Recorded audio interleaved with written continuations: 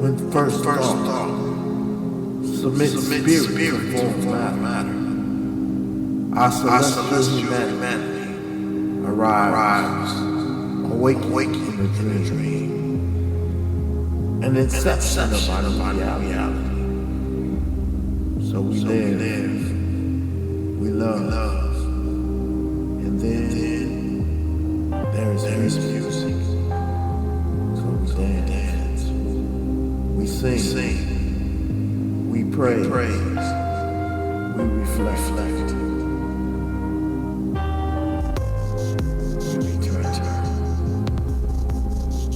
In the infinite in between, the now that was, faces dance in our dreams.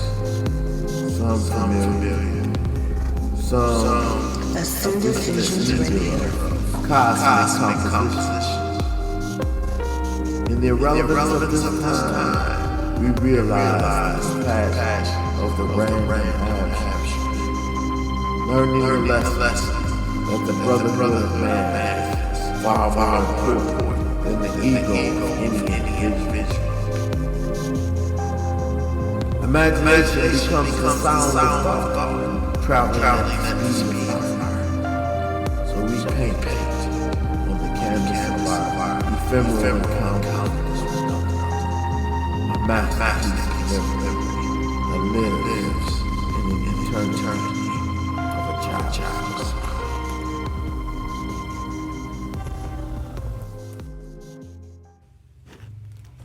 Azikiwe, how you doing today, brother? Doing good. Hadn't heard that name in a long time. Yeah. How you doing, Blue? All is well.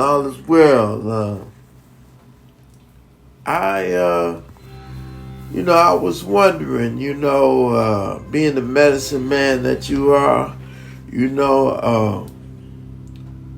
what is the, talking about the elements, the importance and value of water, and why you think the forces and powers that be, as far as the negation of cleanliness of water on the planet and for everyone, and why is there so much opposition to human access to water?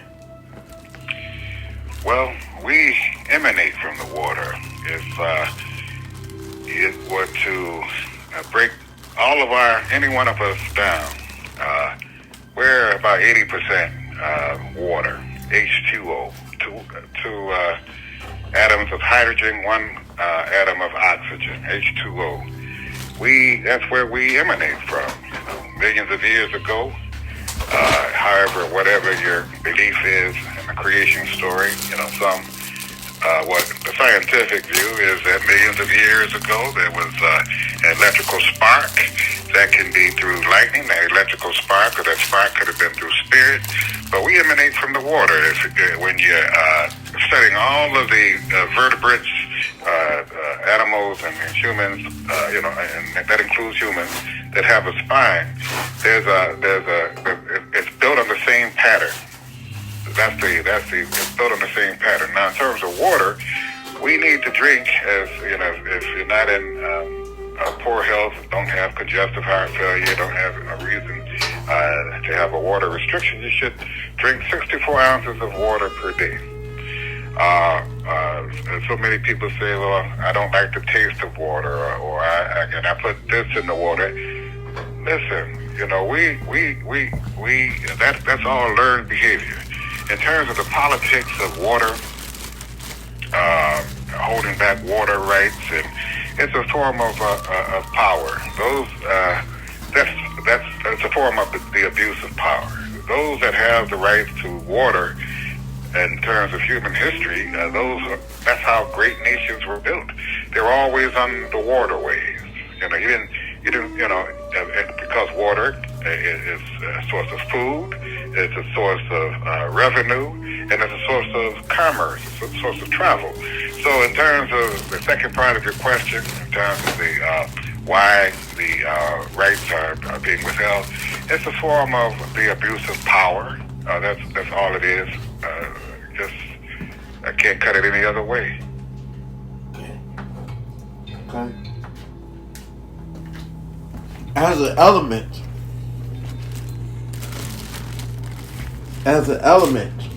you know, in the spirit, how does water affect the vibration of human harmony? You know, all across the world, you know, people go to the water for a sense of solace and peace. You know, in Detroit, we go to Belle Isle, and the whole, everything could be cut and loose in Detroit, right across the bridge. But as you cross over that water, cross over the bridge, there's a different feeling over there. It's a feeling of peace. There's a feeling of harmony. And that's the way it is all over the world. The water is affected. The waves of the water are affected by the moon, the gravitational pull of the moon. And since we emanate from water, our very harmonics, in terms of our ebb and flow, our biological rhythms, are based on our ancestry. So we're drawn towards water. We're our religious, and when I say our, I mean the collective human family. Many of the spiritual beliefs and religious systems are based on water. Water is a big part of this.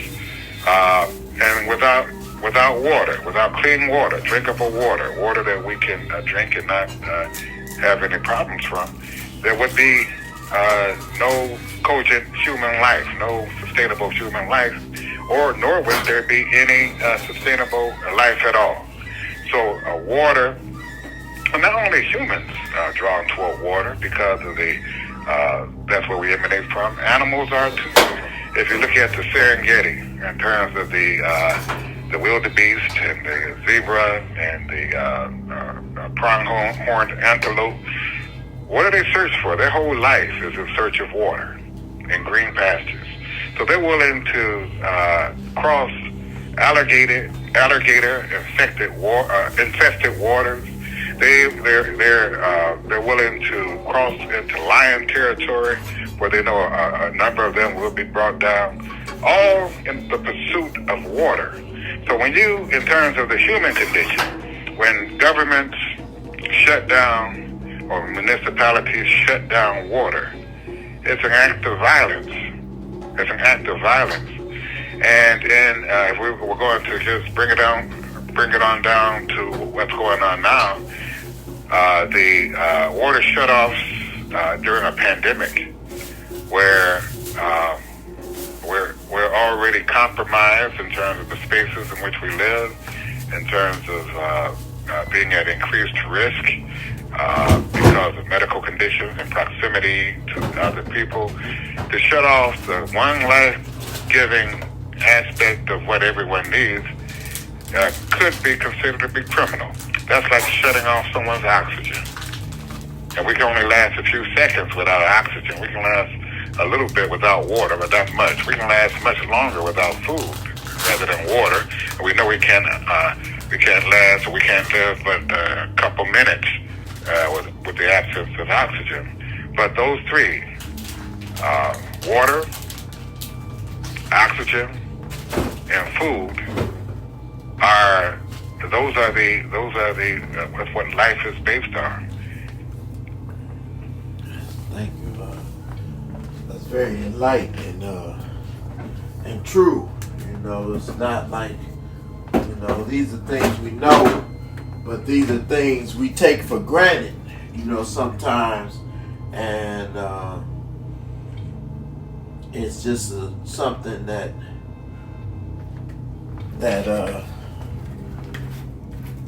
should be cherished, because, like I said, you know, the powers that be, and different forces, like you said, is an act of violence, towards humanity, and it's a human right, Having said that, what is the quality? What would be considered quality of life for the average human being? What would be a great quality of life, as far as what are some things that would give the whole of humanity quality of life? Quality of life, at its essence, is the ability to be happy, free from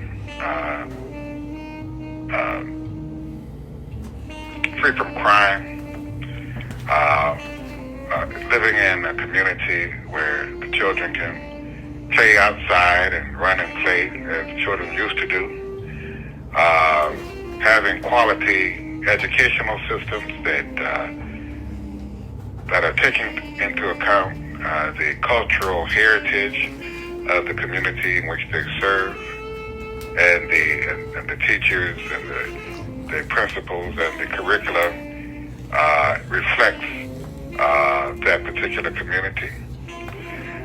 Quality of life is having a system in terms of right now we're under the capitalistic system, where there always has to be an exploited group of people for the system to prosper.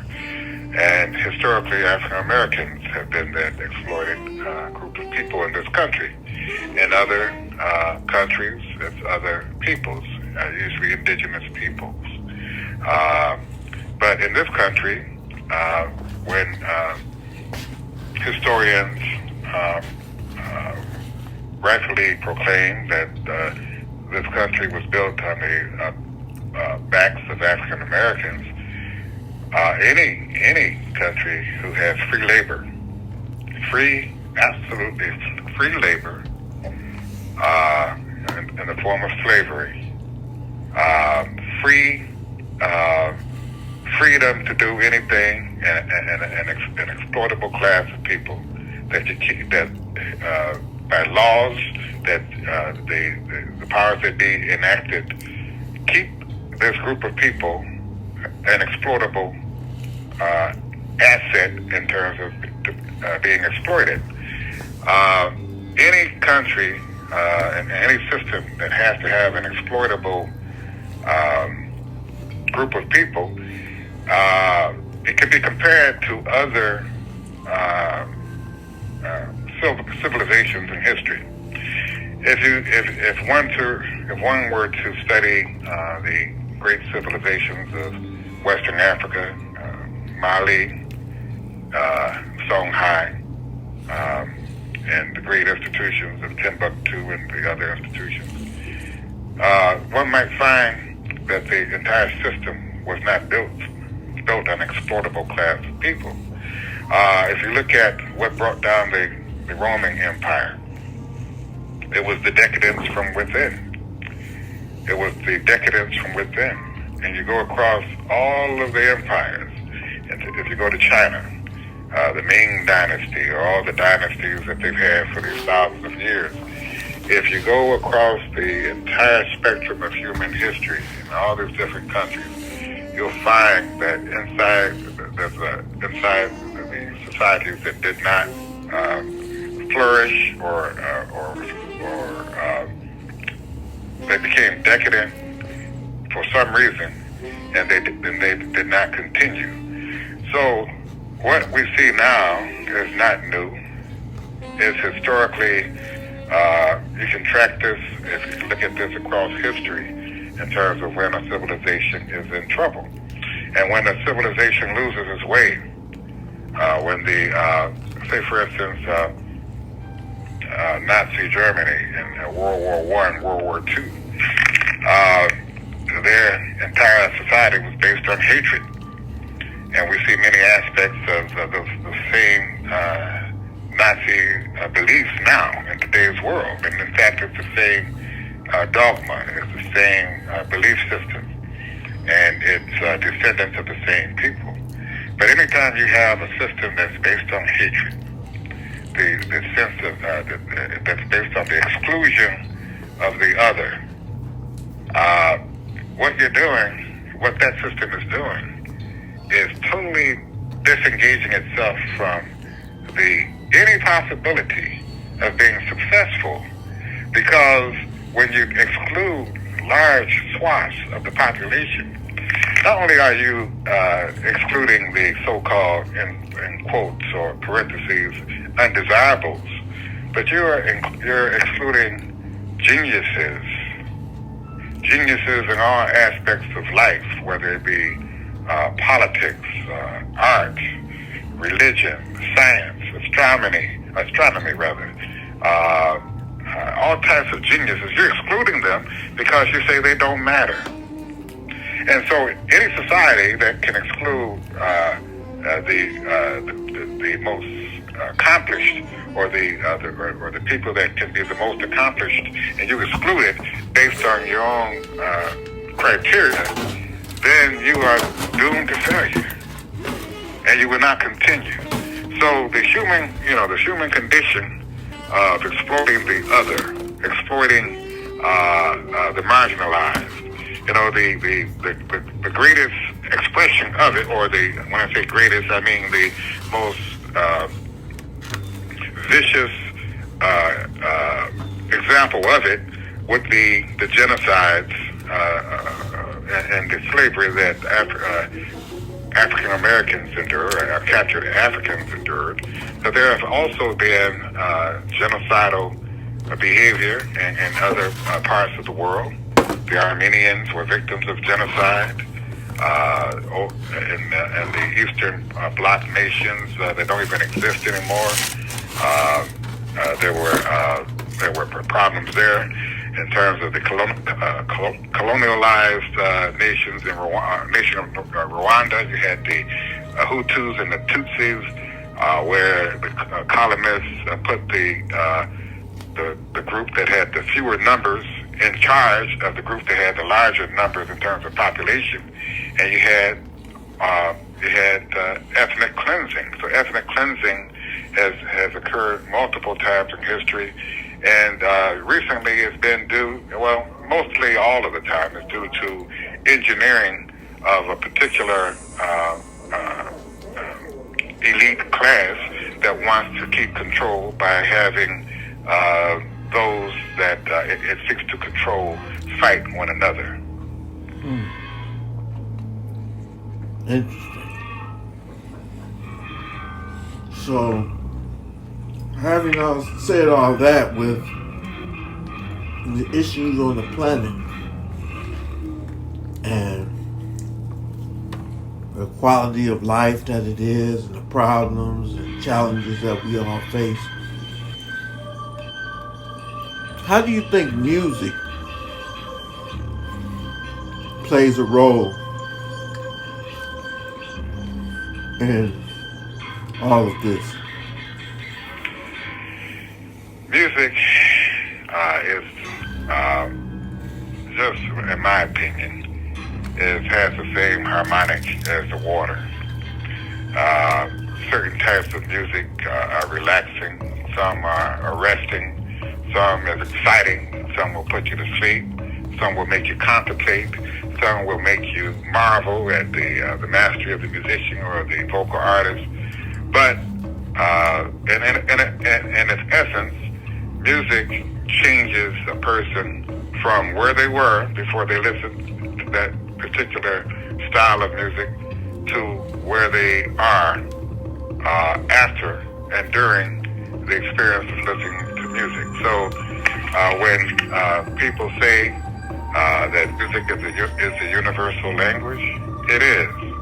You can take warring factions, right now, and you sit them in a club and you have some nice jazz going. Man, before you know it, they signed a peace treaty. Right. You know? Right. Right. You know, when you and I, when you were the host over at the Red Apple, Katrina Red's production, we used to, you and I used to say that we've got to call the people. So we go outside and play the djembe, and sometimes you play on your flute, and invariably, people who did not have plans on going to the poetry session that night, they were there. Yeah. You know, we called them in terms of the epiphanies of sound and the different types of music you play, whether it's Ankaru, Amen, or the Seven Hand, or Juju Baba, or all the other kinds of music that you partake in. It's affecting those that hear it on another level. You know, in fact, I've seen people who go right to sleep as if they were in the hospital bed and you've given them a sedative by listening to some of Epiphany's music. It's hitting people at that level, you know. So in terms of music, it's really the answer to a lot of the angst that we are now experiencing. If people would just listen to some nice, like I said, some nice jazz or some of the healing music, a lot of this angst will just melt away. Right now, people have been put in a state of primal flight or fight syndrome. If you watch some of the science fiction movies, whether it be if you're a Star Trek fan or Star Wars, especially Star Trek, they dealt with a lot of spiritual concepts in the production over the multiple years and the multiple ways that they presented their story. But I remember one particular episode where there was this it was some sort of game that they were playing, you know. But what it was an addiction. It was causing addictive behavior where people, it took over their mind. So this hate is really, it releases a lot of brain chemicals, which actually act as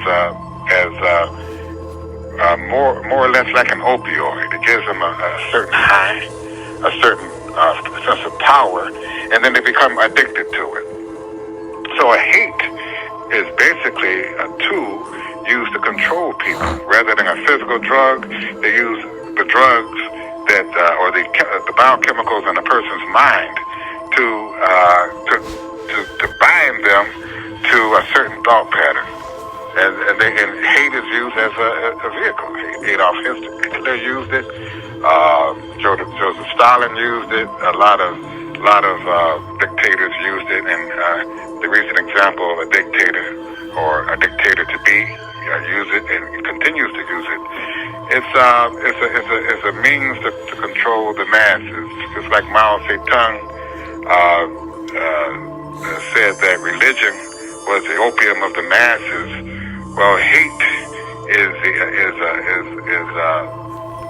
the opium of, or is the drug of those that feel like they are owed something because society has told them they're better than everybody else, and so they use this hate to bind them and to control them. And if you talk with people, if you see them anywhere now, they're not talking to that person. It's not like you're talking to a person or they're talking to you. They're seeing you as part of the conditioning that they've been conditioned. And they're listening, their subconscious mind is tuned in to what they've heard on talk radio. They don't see you as a person. That's not only the police, it's any person of that group. They do not see you as a human being. You might as well be blank in their minds. They've been conditioned. It's a conditioned response. Kill. This is dangerous. Destroy. This has no value. Kill. this is dangerous, destroy, this has no value. That's what's going on as a primal response, and that is what's going on in terms of when the elements that should be producing harmony are being used for destruction. It's kind of like an animalistic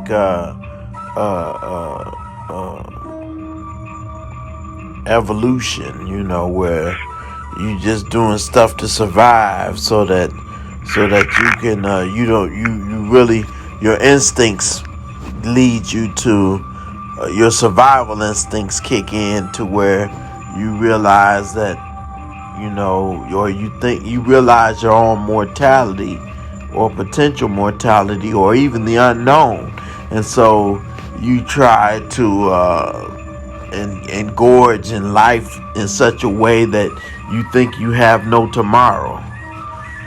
Yeah. And so you destroy everything in your path. That type of thinking, it doesn't lead to productivity or peace or harmony or happiness. No. And so music, you say music brings all those balances together that we need, which is you know, what conquers all is love. Is that not right? You know, the reason that Don Cornelius on Soul Train always ended his show, love, peace, and soul. Yeah. You know, if you were to count up all the records in terms of they were ever produced by anybody, and see what the subject matter is, there wouldn't be a close second. Love is number one. Yeah. You know? Yeah.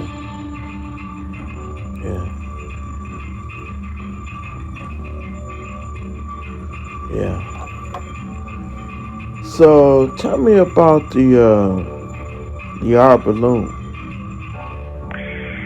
Well, the Arbor Lune grew out of an extension, a multifactorial extension. Everything was going on at one time. You and I, we started jamming, having jam sessions over at the 16th Note, a music facility, your facility, in August of 2012. You know, we started recording just on regular tape recorders, and after a session on one or two, Reggie Abstract brought his phone. And we had the visual, the first visual recording was, I think, Amron, A-M-I-A-N, Amron, where you were playing a solo trumpet and I was on keys. And after a few more sessions, then Reg brought his guitar, and we just started exploring what sort of musical sounds we could make. And the epiphany of the sound was born.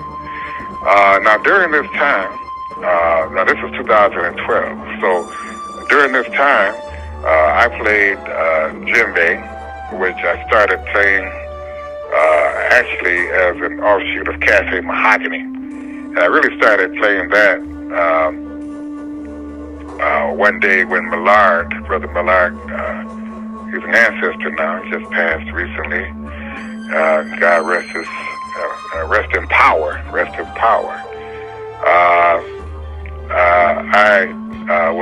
I just entered the poetry world. I just finished medical school, and I was meeting people in the poetry world, and Millard, Ivy, and Ivy were some of the first people I met. So we were out eating at an African restaurant on Jefferson in Detroit. That's when I first met Ibn. And then there was this brother named, I can't think of his name, but he was a fireman. He was part of the group called En Route, which is Pour Me, spelled backwards from the Pour Me Cafe on Grand River. Now, I had never entered the poetry world at Pour Me Cafe. I started with Millard and Ivy, and they told me about Cafe Mahogany. Now, that day we went to Belle Isle to to what I think it's called the Gazelle, or Millard called it the Gazelle. And Ibn had a couple djembes, and he handed me a djembe. He said, "You can play." And I had never played a djembe before. It was a smaller djembe. So we had a jam session right at the Gazelle. That's the back part of the island as you're coming back towards the bridge on the far side. There's a metal structure that actually looks like a gazelle horns. And I don't know if it's called the Gazelle, but that's what Millard called it. That's where we were. It was pretty cold that day. You know, it was like early spring. It was like early April, you know, and sometimes April you have those cold days. So that was beginning of me playing percussion instruments. Now I had played baritone and from the 4th or 5th grade, you know, I could read treble music, which the baritone is. And then when I got to high school, or it's not high school, but junior high, what they call middle school, we used to call it junior high, 7th grade, the band leader, Mr. Beaker, said he already had enough baritones. He needed a third French horn. So French horn is actually a treble clef. So I learned how to read treble clef. And, we used to have music in the school, so that was my musical background. In addition to that, early in life, my sister Linda used to take piano lessons, and she used to bring home those lessons to us. My family purchased a piano, and I used to play. It was right in the living room, and I used to take lessons from my sister for a few years. So then music went, to the side. You know, I concentrated on sports. I really loved sports, and then my education was always important. But when I finished medical school, I took a little break, a year's break, because I had been going nonstop, and that's when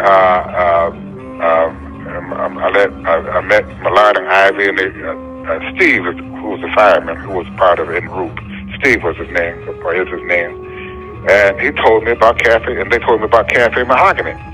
So I started at Mahogany in 1997, July, and it was like I had walked back through time, in terms of the young sisters had on galas, and it was a welcoming vibe that I hadn't seen for years since I was as a part of the Shrines of the Black Madonna. So, and I didn't do poetry for the first month or two, Then I did an old standby, that I had written years ago called I Praise You Black Woman. And then they gave me, gave me love. And so I did poetry for the first year that I was going there. And that's when the Crazy Joe series was started. And one of the, Casey, asked me to, she said, she and a friend of hers walked over to my table where I was sitting, said, we want you to teach us about life, and we want you to do it through Crazy Joe. So I was studying for my medical exams, after I finished school, and so every day I would study all day, and at a particular time, I would, start writing a poem in terms of in the Crazy Joe series, and then I would read the poem that night in terms of Cafe Mahogany. I believe was on Tuesday or maybe Thursday. So and there was always a poetry place. I think Coffee and Cream was Wednesday. You had Peaks Perspective on Thursday. You had Bilal, you were part of Horizons in Poetry, Ryan Allen and Wardell Montgomery Jr.'s. I think they started that. And then Willie Williams in terms of his Broadside Press Theater and the workshops and all the great work that was done and still is done. Aurora Harris had her series at the old Jazz Museum. I think it was in the book building on Washington Boulevard. She had a series. And so that was a very rich time in the history of Detroit. All these different poetry places. There were, of course, professional musicians. Detroit has always had a rich musical legacy. And then you had those who were dealing with out jazz, in terms of Farouk Bey's group. Oh my God. Griot Galaxy, and you had people who went through that, and they were very popular in the '80s, and then they took a break, and then life happened, and then they had a resurgence. But you always had all kinds of music, and then you had the musicians who played percussion, basically, along with the poets, and that's the group that we were in. And so Epiphanies, I remember when we started jamming, I asked you, I called you, I used to call you, and I said, where's poetry tonight? And you said, well, you weren't doing poetry now, but you're working on your music. I said, can I stop by? And you said, yeah. And that's when we started our jam session. So you had this going on. This was 2012. Simultaneous to that, Samaj, my wife, Samaj, a business partner, and soulmate and life mate, was doing her work. Her work is groundbreaking, as everybody in Detroit knows. And she needed, for one of her characters, the character needed a staff as part of this old, elderly, really wise woman character that she was doing as part of her play called Onion Revolt. So I had gone out, we live in a wooded area, there's woods in the back. I had gone out there and I started making a staff. I painted it and got it, I processed it, but it was too heavy for her. So I had to get something lighter. So I set that to the side, put it in the basement, set it to the side, and I went out and got a different tree branch, which was lighter, and I made that into a staff. The top of it I had gone to, on Saturdays, they used to have the bazaar up there that closed now. Right on the freeway there, 75. Oh, boy. A lot of times I can't remember the name of it. But that's where I got a piece from Haiti, this metal piece, which is shaped like a tree. That was the top of the staff, and then she was able to use that staff. Now, the piece of wood that was too large for, I looked at it, and I saw how nature had fashioned this over how many hundreds of years, I don't know. But I noticed when I would lay it against the wall, it had a harmonic sound. So I attached some, not metal, it wasn't metal yet, strings. It was mainly like nylon strings. And then I would lean it against the a file cabinet that was empty, and I could hear it better, and I said, oh, this is music. So simultaneous to this, we were learning how to, our music in terms of epiphanies, and you had a recorder that broke. Somehow it broke, and I said, I think I can fix this. I didn't know why it was broken, and all it was like you just stepped on it, and if a person steps on a recorder, and to a different charge, but somehow it told me how to fix it, and I was able to fix it, and I think that awakened, along with the music we were playing, as well as Bilal had commissioned an artist, a visual representation of Juju Baba, playing the mountains, and he had like a spirit flute that had smoke coming out of it, like some sort of instrument he was playing, like a flute, And that's a very powerful piece. Along with the music that we were playing, we were looking for different sounds. We would, I started with the djembes, and different size djembes. Then I brought an electric bass, and if you go on the YouTube channel, Lower Cross Supreme, and there are different playlists. If you look at Ascendant Visions, or maybe Epiphanies of Sound, whatever it is now, you'd see some of our earlier work. And, in terms of ancestral corridors and ancestral corridors and things like that. And then I got I went to the pawn shop and got an accordion. There's some of our work with, we're both working with the accordion.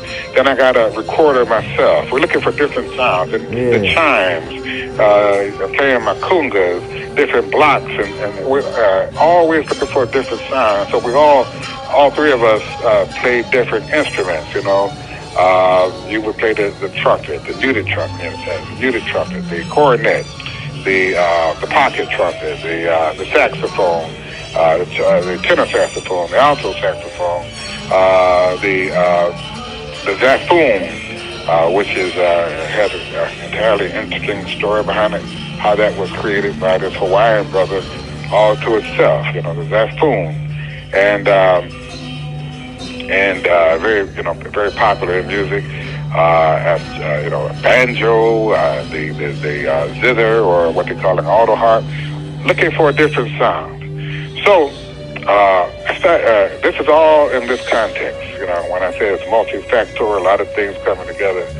So when I continue to work with the sound of the Arbor Lune, and I was out. It used to be this place here in Flint that you could buy stuff on a Saturday, like a flea market or something like that, whatever they called them. But anyway, this guy had all kinds of stuff, and one day he had this whole box of guitar strings from the different widths of guitar strings, some wound, some unwound, some nylon, just anything that you would want. So I bought it. I bought this whole box. It was hundreds of different guitar strings. And I was buying it because I said, instead of those nylon strings, which break and you can't do much with, I said, I'm going to amplify the sound of the Arbor Lune.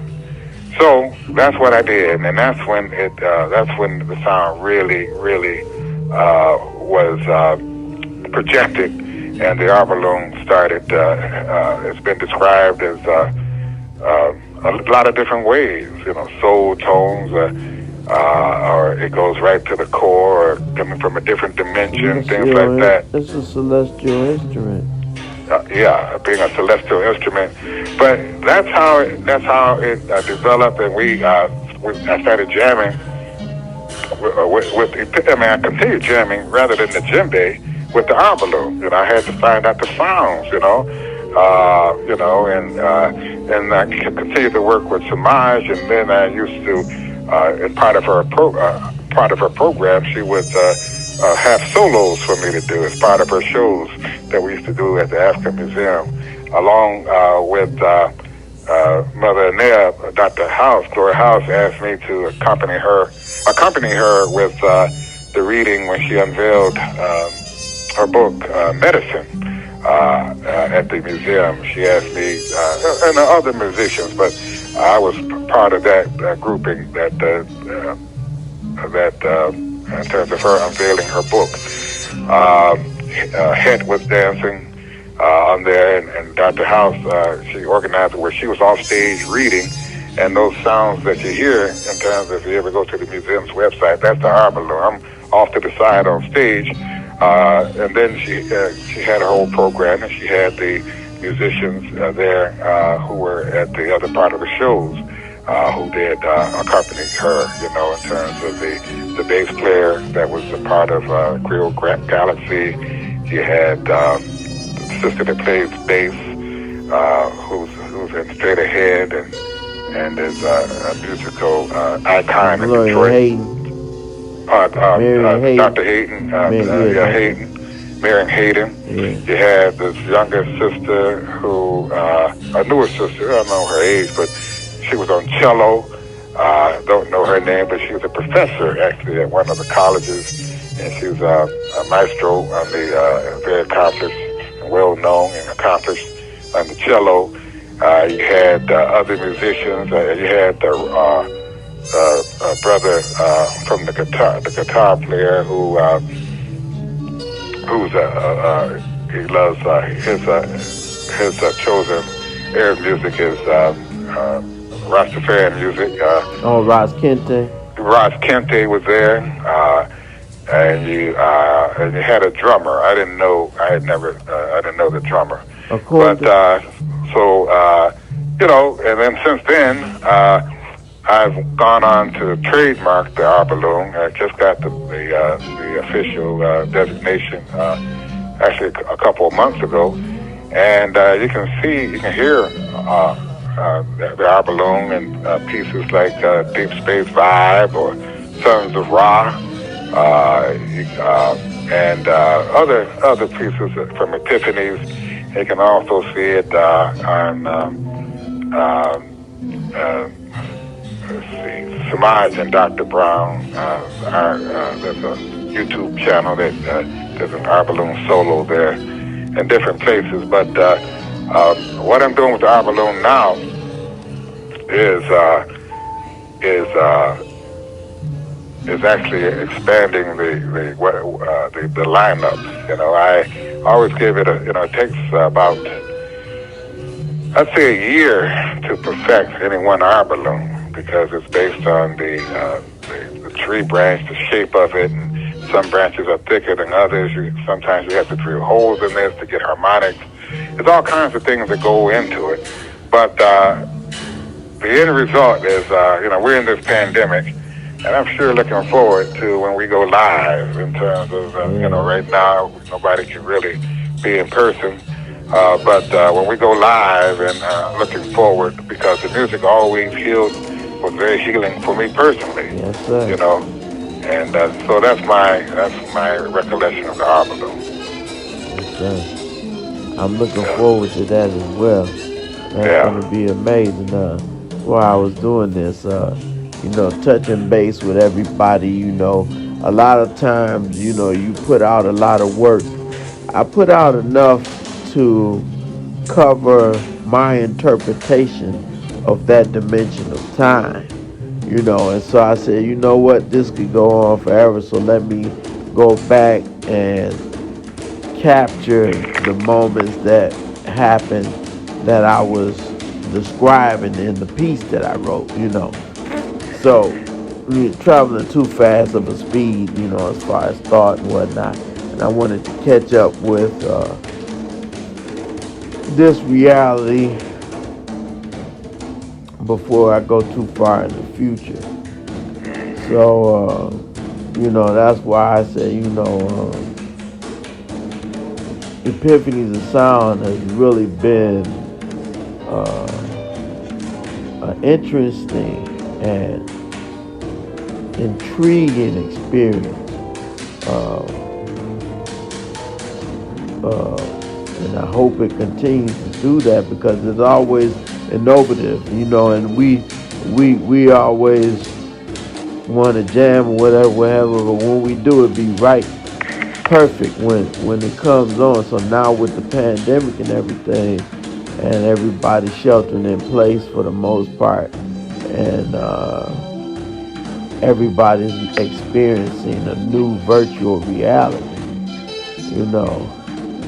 So it's kind of a plus in a way, because with the craziness of stuff that's been going on with these negatron entity vibrations that's been going across the planet, you don't want to get caught up in a paradox, so you stay where you are, share the vibe, and then you can go out and it'll change the reality of where you are, so that you can go out in peace and go about your regular things without having to be harassed by anybody.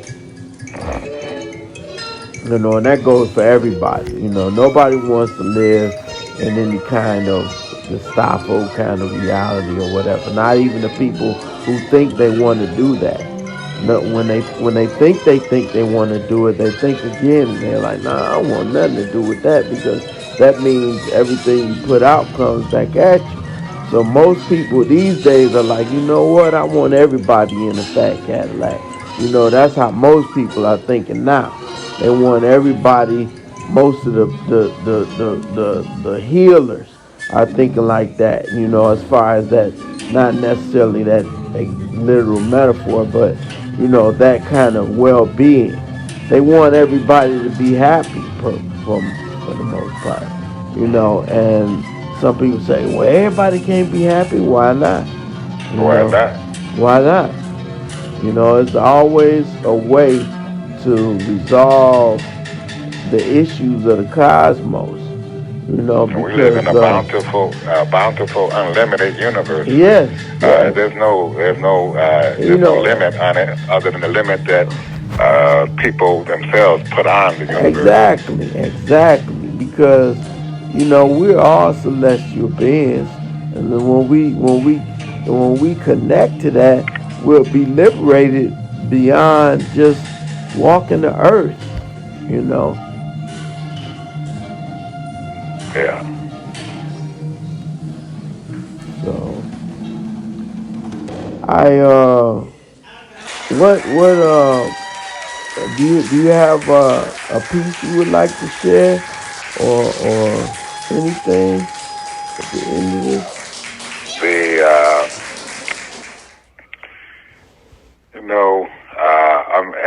I'm at my office right now. I don't have any of my. You know what? I do have a little djembe over there. I like to do a little piece on the djembe. Okay. Okay. Just one moment.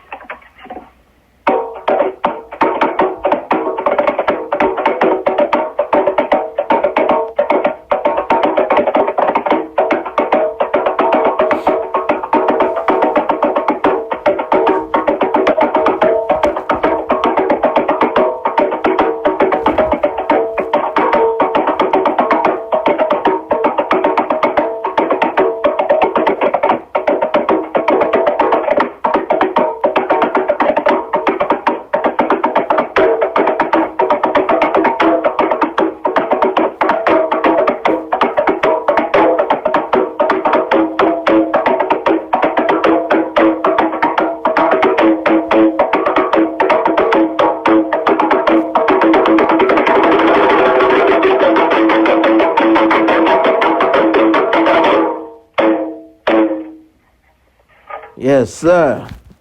Yes, sir. I saw a lot in that. I see. All right, my brother. All right. Peace. Peace.